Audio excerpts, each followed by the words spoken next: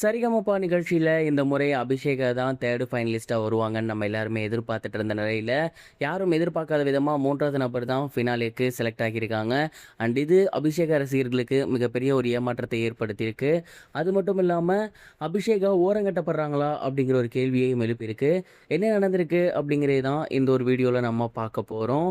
Sa Re Ga Ma Pa little champ season 5 grand finale நோக்கி பயணம் பண்ணிட்டு இருக்காங்க. இந்த ஒரு வாரம் 3 ஃபைனலிஸ்ட்டுக்கான வாரம். கிட்டத்தட்ட டிக்கெட் டு ஃபினாலே 5 வாரம் நடக்கும். அதில் 5 டிக்கெட் டு ஃபினாலே இருக்கும். 5 நபர்கள் டைரெக்டாக ஃபைனலுக்கு செலக்ட் ஆவாங்க. ஏற்கனவே 2 பேர் செலக்ட் ஆகிட்டாங்க. இது 3வது வாரம். அதனால் எல்லாரும் ரொம்ப ரொம்ப ஆவலோட எதிர்பார்த்துருந்தாங்க. அதுலேயும் குறிப்பாக இந்த முறை கண்டிப்பாக அபிஷேகா வந்துருவாங்க அப்படின்னு தான் எல்லாருமே நினச்சிக்கிட்டு இருந்தாங்க. இந்த வாரம் எல்லாருமே ரொம்ப சூப்பராக பாடியிருந்தாங்க. இருந்தாலுமே கண்டிப்பாக அபிஷேகா செலக்ட் ஆகிடுவாங்க அப்படிங்கிற நம்பிக்கை இருந்துச்சு. ஒருவேளை அபிஷேகா வரல அப்படிங்கும் பட்சத்தில் சுமன்ராஜ் வந்துருவார் அப்படிங்கிற மாதிரி எல்லாருமே பிலீவ் பண்ணிட்டு இருந்தாங்க. ஏன்னா இது மண் வாசனை ரவுண்ட் அப்படிங்கிறதுனால கண்டிப்பாக இவங்க 2 பேத்துக்கு தான் இந்த வாரம் ரொம்ப ரொம்ப அட்வான்டேஜாக இருக்கும். ஸோ அந்த ஒரு காரணத்தினால இவங்க 2 பேத்தில் யாரோ ஒருத்தர் வருவாங்க. அதிகபட்சமாக அபிஷேகாவாக இருக்க வாய்ப்பு இருக்குது அப்படிங்கிற மாதிரி நம்ம எல்லாருமே நினச்சிருந்தோம்.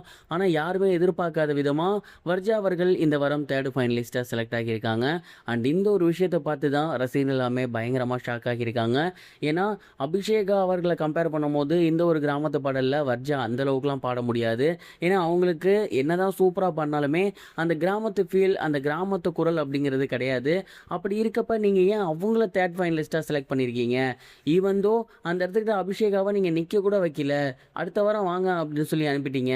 இதெல்லாம் பார்க்கும்போது உண்மையிலுமே நீங்கள் அபிஷேகாவை ஓரம் கட்டுற மாதிரி தான் இருக்குது.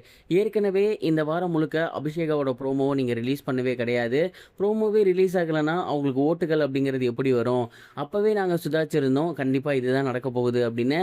நாங்கள் நினச்ச மாதிரியே நீங்கள் 3 ஃபினாலேவை பார்த்தீங்கன்னா செலக்ட் பண்ணும்போது ரொம்பவே ஓரம் கட்டியிருக்கீங்க அபிஷேகாவை. இதெல்லாம் உண்மையாலுமே சரி கிடையாது அப்படிங்கிற மாதிரி அபிஷேகாவோட ரசிகர்கள் எல்லாமே சொல்லி வந்துட்டு இருக்காங்க. அபிஷேகாவோட ரசிகர்கள் சொல்றதும் நியாயமான ஒரு விஷயம்தான். கிராமத்து பாடல் அப்படிங்கிறப்ப அபிஷேகாவை அடிச்சுக்க முடியாது. இன்னும் 2 ஸ்லாட் மட்டும்தான் இருக்கு. அப்படிங்கிறப்ப அவங்களுக்கு ப்ரோமோ வெளியிடல, அவங்கள பற்றி மிகப்பெரிய ஒரு டாக் கொடுக்கல, ரொம்பவே ஷட்டலாக ப்ளே பண்ணியிருந்தாங்க எல்லாருமே. ஸோ இதெல்லாம் வச்சு பார்க்கும்போது அபிஷேகாவை டீம் ஓரங்கட்டுறாங்களா, நடுவர்கள் அபிஷேகாவை பற்றி மிகப்பெரிய ஒரு டாக்ஸ் கொடுக்க மாட்டேன்றாங்களா, வாண்டடாக இதை பர்பஸ்ஃபுல்லி பண்ணுறாங்களா அப்படிங்கிற மாதிரி ரசிகர்கள் எல்லாமே சொல்லி வந்துட்டுருக்காங்க. இது இப்போ சோசியல் மீடியாவில் மிகப்பெரிய ஒரு டாக்கிங்கை ஏற்படுத்தியிருக்கு அப்படின்னு தான் சொல்லணும். அபிஷேகா அவர்களுக்கு இன்னும் 2 வாரம் மட்டும்தான் இருக்குது. அந்த 2 வாரத்துக்குள்ளே செலக்ட் ஆவாங்களா, இல்லைனா மக்களோட ஓட்டுகளின் அடிப்படையில் அவங்க செலக்ட் ஆகி ஃபினாலே போகிறாங்களா அப்படிங்கிறத பொறுத்து இருந்து தான் பார்க்கணும். பர்சனலி நான் ஃபீல் பண்ணது என்ன அப்படின்னா, அபிஷேகா விட இந்த வாரம் சுமனை செலக்ட் பண்ணியிருக்கலாமோ அப்படிங்கிறது தான். நீங்கள் இதை பற்றி என்ன நினைக்கிறீங்க? உங்களோட தாட் என்ன? மறக்காமல் கமெண்ட் பாக்ஸில் ஷேர் பண்ணுங்கள். இதுவரைக்கும் கனெக்டிங் டிவிக்கு சப்ஸ்கிரைப் பண்ணனா மறக்காமல் சப்ஸ்கிரைப் பண்ணிக்கங்க. உடனடி அப்டேட்ஸ் பெறுவதற்கு நோட்டிஃபிகேஷன் பெல்லையும் கிளிக் பண்ணிக்கங்க.